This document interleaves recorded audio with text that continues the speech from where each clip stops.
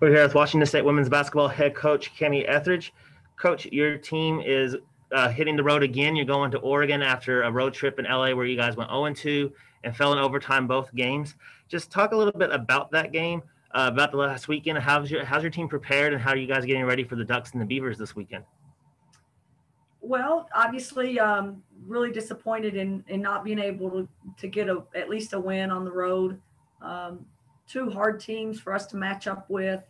I thought we did some amazing things. Obviously, we did some things that got ourselves into trouble.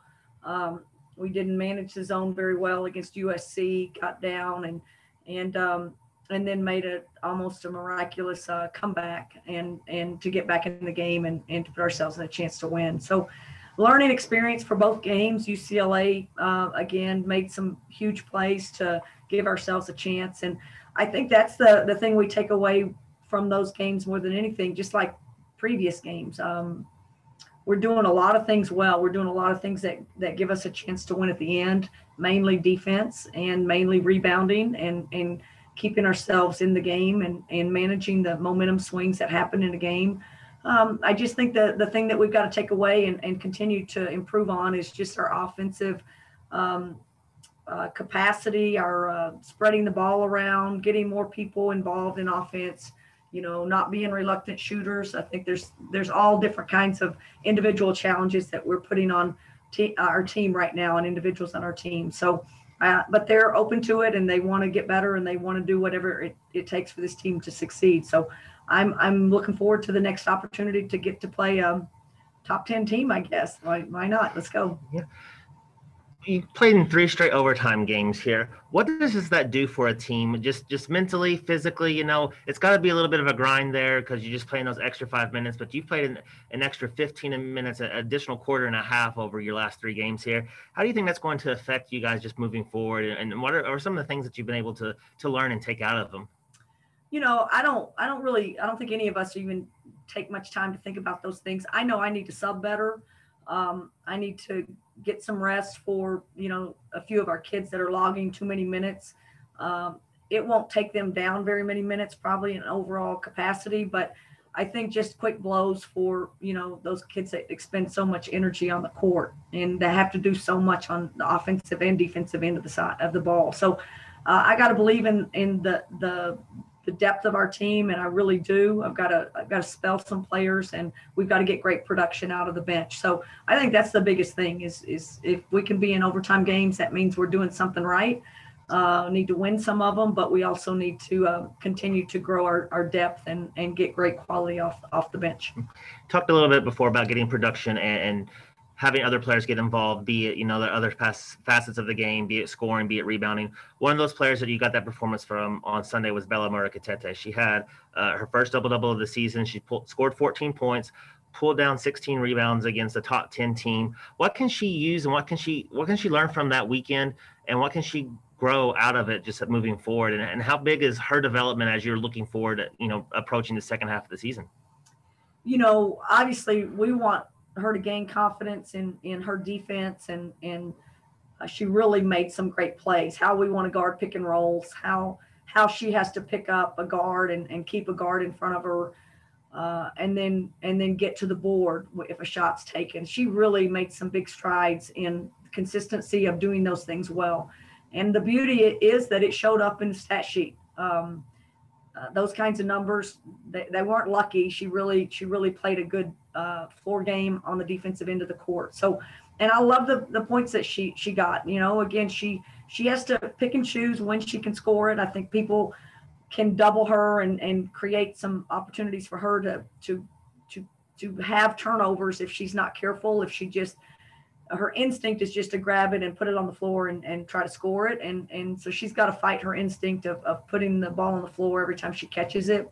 And when she does, she's really made some great decisions for us on the offensive end. So, young post player that is really growing in her game. And I feel like every time out, she gets a little smarter and understands what she needs to do to help us succeed. So we just want to count on her to continue to grow and to be that exact same player or a little bit better than she was the last time out. You're going to face an Oregon team that you see again. I believe it's going to be the first time you see an opponent for the second time this season. Talk about how's the preparation different? You played them a couple of weeks ago. You already know how your team looks against them. There's some things that you probably found in that game that you wanted to clean up from that really highly contested game here in Pullman on the 21st.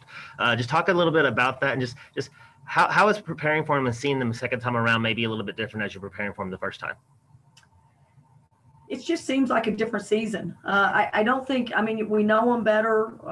We know names, we know games. I think it's easier in some ways just to introduce a scout to a team that's already played someone. They're pretty familiar with the players, especially a team like Oregon, who is such a high profile team. But even a month later, we're probably very different teams, both of us. And so, for us, we know the game is still kind of the same way. You've got to guard certain actions that Oregon does, and they do it really well. You got to know their personnel so well. You can't give them everything. You can't give them complete and total baskets at the rim, and also let them shoot from 3-point line like they can and are capable of. So they're just a hard matchup. And for us, we've got to manage that on the defensive end, and then we've got to find some ways to put points on the board. I think if you'd ask me, or if you asked me this time, if we could hold them to 69 points, would I take that? I would say if we could do that, then we got to get better on the offensive end. We've got to score that many points to put ourselves in a chance to beat them. But they're a great team. They're a great storied program. I'm glad we're going. I don't like the COVID and no fans, but that's an arena that you're probably thrilled. Both these arenas you're probably thrilled that there's no one in the stands, and it doesn't feel so daunting to go against just their teams. You don't have to go against 11 and 10 or 11,000 people too. We got Colton Clark here with the Lewiston Tribune. Go on, Colton. Hello, Coach. Hey, I was wondering about you. You talked about kind of other players getting, kind of more involved. So I was wondering, any players you'd like to pinpoint that you're kind of maybe still waiting for a breakout, or players you have tasked with, upping their production, maybe today, or anyone else you kind of comes to mind there?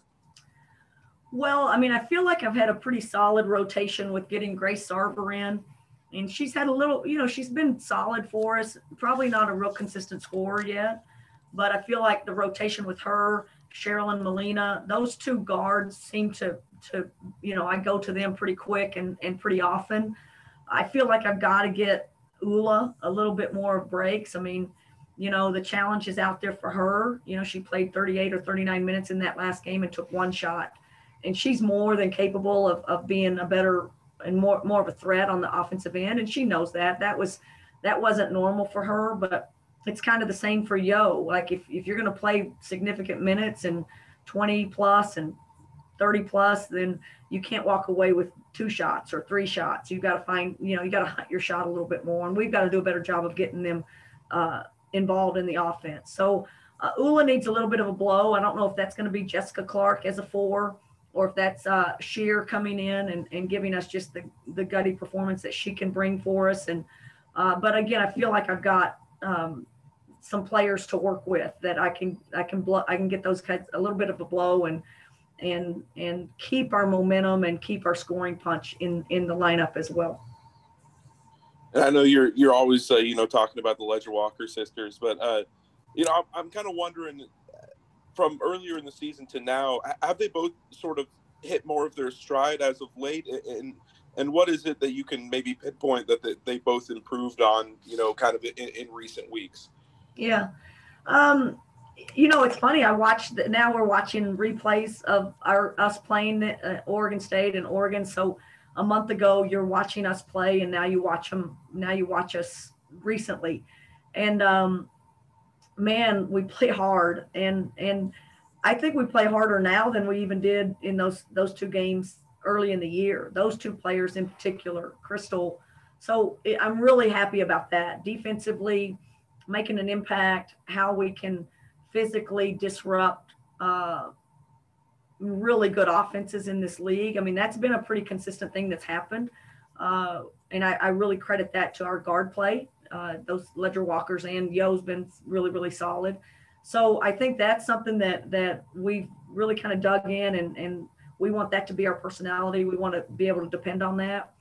I think these two kids are really super high IQ. Same with Yo, they're high IQ players, and they're starting to figure out where shots can come. And I think as coaches, it's our job to, we got to eliminate the runs where we don't score for 6 minutes at a time, or we have a quarter where we only get 8 points. I mean, we got to know we've got some options offensively that we get our kids better looks and move the ball a little bit better than we have. And I think that's the constant pressure on us to keep finding ways to put our kids in better positions. But I like the thought of going back around and these kids and who they are as competitors and how they can improve and take on the next challenge. And that includes, regrouping and playing Oregon and Oregon State again. As the season progresses, how much can you see that sibling link come out in the way they play in terms of anticipating each other's actions before they do anything? Yeah. Is that pretty often? I say it sometimes. I feel like they do have a little bit of a secret language between them. From what I've told, they've said that they also talk to each other differently than they do the rest of the team. I think they get on each other a little bit more. They were cracking up one day and said, "You just don't ever mic us up because people would be shocked at what they're saying to each other a little bit." So I think they're very aware of each other and aware of, and are probably a little bit harder on each other than they are their teammates, just because they're not worried about the other one not liking them. But it's just a unique chemistry to have on your team. And then you mix that with just really great chemistry from Ula and her IQ, and Yo has a great IQ, and our team overall has just a real good sense of basketball and how to play it. But those two kids really elevate it because of their intelligence and their feel for the game. You kind of covered defense a little bit, but I was just wondering if you could, kind of unpackage what's growing most with the defense. Is it mostly just getting tougher and more physical against these teams as the weeks go on? Yeah, I mean, I go back to that UCLA game and we out rebound UCLA, and that they're one of the best rebounding teams in the country, and they have some dynamic players that just are relentless at going to the board. So that's an amazing stat. I think we've out rebounded a lot of teams that we've played. So and I think versatility of just having guards and almost everybody. Sometimes we don't want to switch our five onto everybody. We don't want switches but we're completely happy with switching 1 through 4.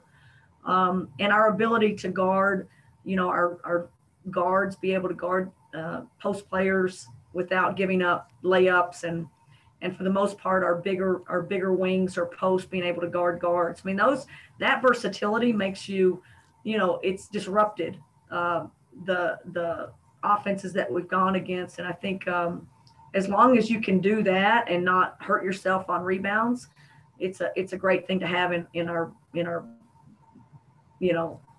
our just the capacity that we can play with. So I think that makes us a really hard team to scout and how people want to attack us, because we've been so solid at every position and able to switch a lot of positions. Thanks very much. All right, Coach, we'll appreciate your time. Good luck this weekend, and go Cougs. Let's go Cougs. Thanks.